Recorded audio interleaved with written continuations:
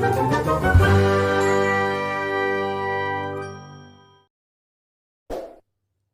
lali subscribe ya re, dan nyalakan tombol loncengnya. Matur nuwun. Oke, selamat datang di channel kita, channel Bonek Molucas TV. Dan hari ini adalah the first konten kita bicara tentang bola. Dan malam ini kita kedatangan tamu spesial, yaitu salah satu bonek legend kalau kita bilang ya. Salah satu bonek legend.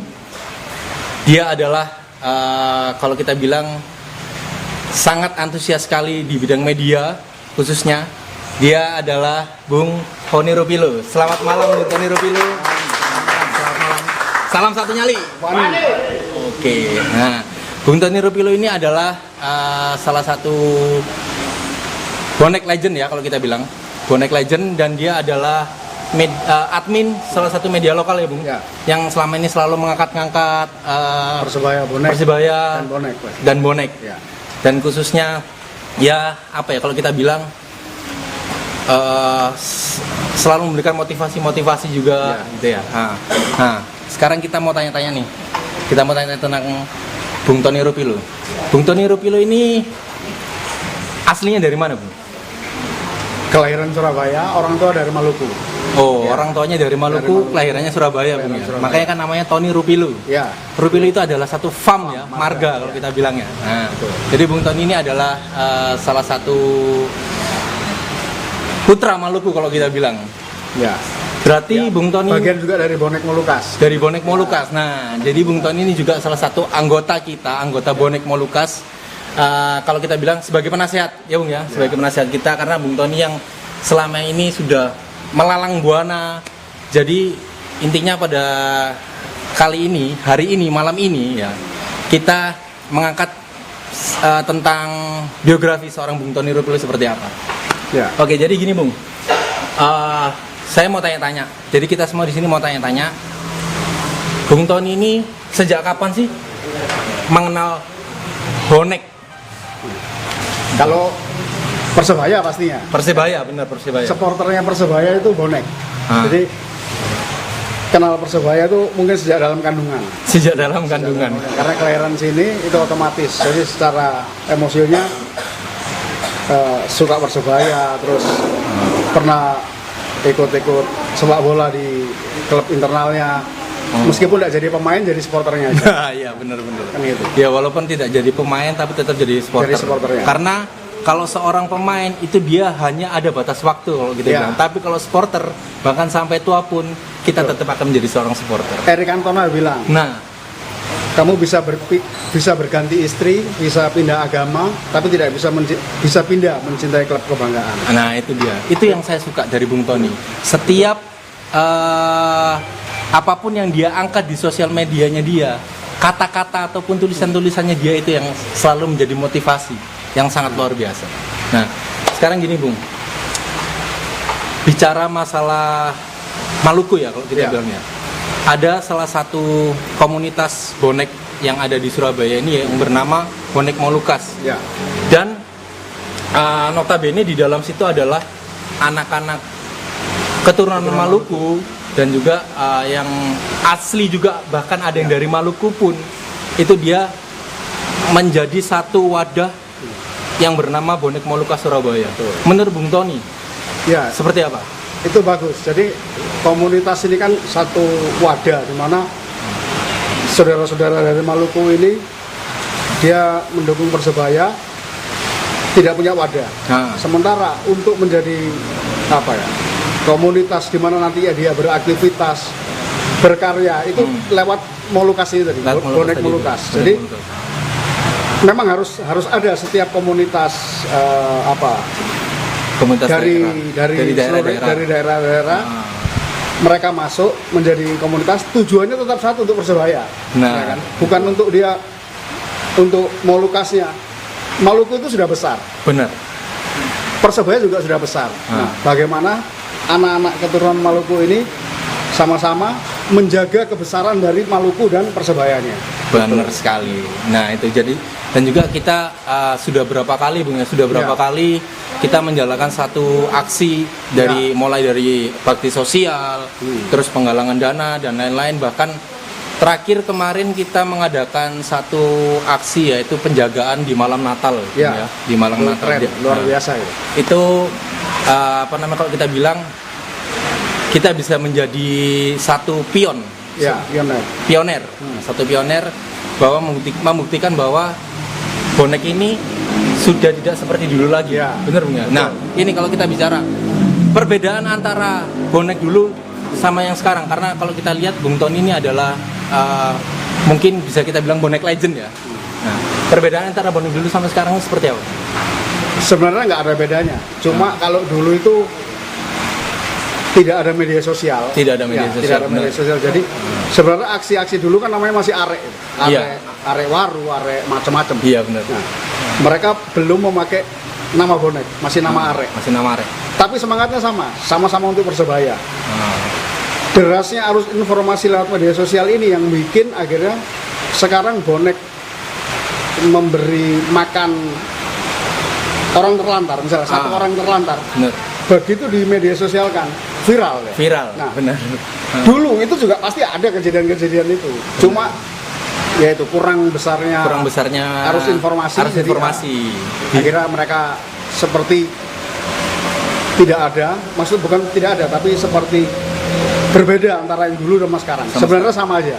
Oke, mereka sama-sama luar biasa. Jadi memang sekarang sosial media itu memang berpengaruh untuk perubahan satu supporter yang dulunya mungkin ya anggap aja seperti kita bonek ya. Ya.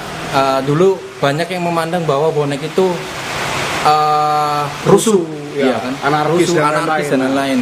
Akhirnya dengan seiring berkembangnya zaman, dengan media, semua aksi-aksi bonek yang positif akhirnya bisa diangkat dan menjadi viral, dan itulah akan bisa menjadi bonek itu sekarang lebih dipandang positif, benar Bung ya? Jadi ini sekaligus kita memberitahu kepada orang-orang banyak bahwa kalau melihat bonek itu, orang ini kan saat ini orang-orang yang bukan bonek ini dia selalu mencontohkan dengan kultur-kultur sepak bola di luar. Padahal ini orang-orang itu dia tidak melihat bahwa sepak bola di luar itu justru lebih sadis dari bonek. Iya. Lebih rusuh dari bonek. Lebih brutal dari bonek. Kayak ultras gitu ya. Seperti itu. Jadi benar-benar. Nggak tahu, orang-orang tuh mesti kalau jelek-jelekkan bonek itu mereka mengambil contoh dari Eropa di mana. Mereka lupa kalau mereka itu lebih sadis dari bonek. Mereka tidak punya aksi kayak bonek Wolukas, ajakan nonton dari rumah. Itu luar biasa. Iya, waktu itu sempat viral Bung ya kita ya. Waktu itu sempat viral itu. Jaga gereja. Mereka tidak ada gitu-gitu. Terus kita punya BDRT dengan gerak cepatnya ke lokasi bencana. Dan hampir semua tribun kan seperti itu. Benar. Itu luar biasa. Itu hanya ada di dunia ada satu. Ada dua, satu di Turki, satu di Surabaya. Nah, jadi ada dua di seluruh dunia ini seperti itu. Makanya itu sekarang pada intinya kan bahwa bonek itu sudah berubah lah ya. Sudah berubah. 1000%.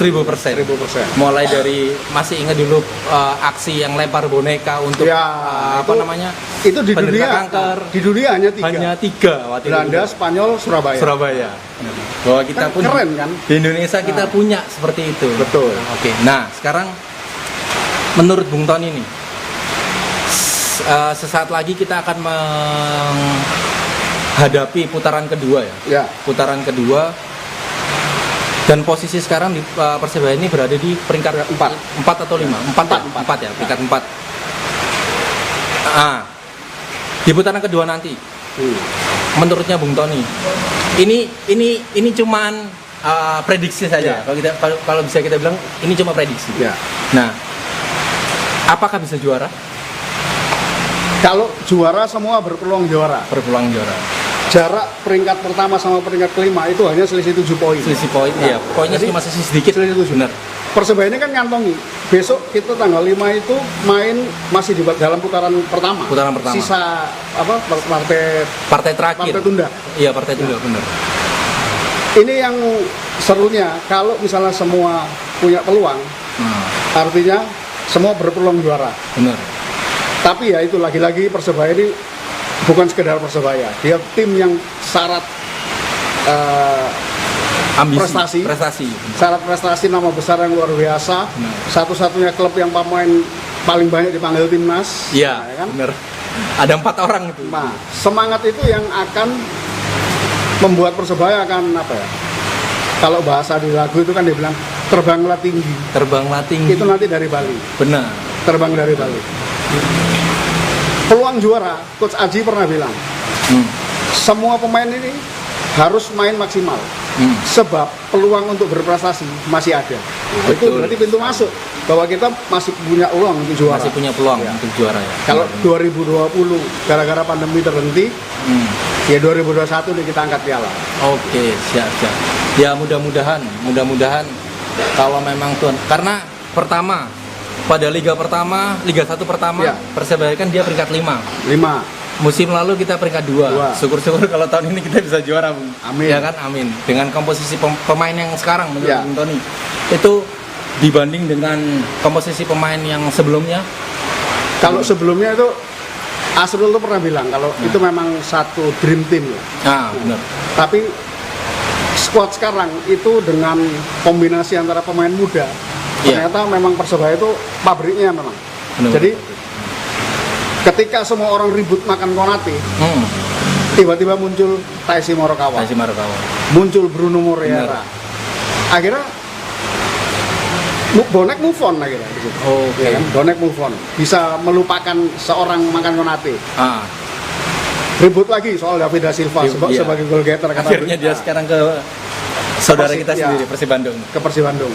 Sebenarnya nggak masalah. Morikawa itu bukan striker ya 9 gol deh. Iya, betul. Itu nggak masalah. Karena apa? Karena ada Marcelino kita punya. Benar. Ada beberapa pemain-pemain muda yang siap nanti meledak di situ. Nah, itu. Gitu. Jadi memang komposisi kalau kita bilang permainan Persebaya yang sekarang, komposisi pemain sekarang itu antara pemain asing, senior dengan pemain-pemain lokal yang muda. Kalau kita bilang itu memang menyatu. Sudah menyatu yang muda. Itu yang nanti jadi ancaman buat klub-klub lain. Di putaran kedua ini kan semua berubah. Nah, 17 klub ini semua berubah. Benar. Persebaya tidak berubah. Itu artinya mereka akan memulai start baru. Nah, Persebaya sudah tidak start lagi dengan kalau motor itu sudah dengan kecepatan stabil. Benar. Nah, mereka sudah, jadi kalau di tikungannya Rossi gitu ya. Nah, kalau di tikungan mereka sudah kurangi gigi, kita sudah nggak kurangi gigi, tinggal berani enggaknya ngebok tadi itu. Dan juga kan kalau bisa kita flashback kan dalam segi persiapan dari tim-tim yang ada di Liga 1, bahwa Persebaya ini adalah tim yang paling siap. Ya. Bener kan pada waktu itu. Justru Persiraja Banda Aceh yang tim paling siap. Yang paling siap sebenarnya. Cuma ya itu tadi, memang kompetisi yang terpusat satu pulau ini bikin beberapa tim itu homesick, kangen rumah. Iya. Kangen rumah. Persipura yang legend seperti itu harus di peringkat bawah. Persiraja yang di ujung barat Indonesia. Nah, itu seumpama kalau normal home away. Oh, rame. Mungkin beda cerita.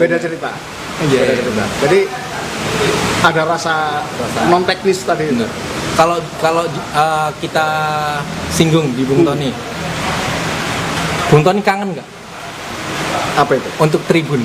Oh, semua bonek pasti kangen. Pasti akan kangen. Semua, jangankan bonek, semua supporter. Semua supporter rindu dengan kita mendukung secara langsung tim kita seperti dulu lagi. Ya mudah-mudahan. Mudah-mudahan tahun depan nggak ada varian-varian apapun namanya. Tapi walaupun ada, ini nggak usah disensor. Meskipun nanti ada varian apapun, selama Persis Solo masuk, kita masuk stadion.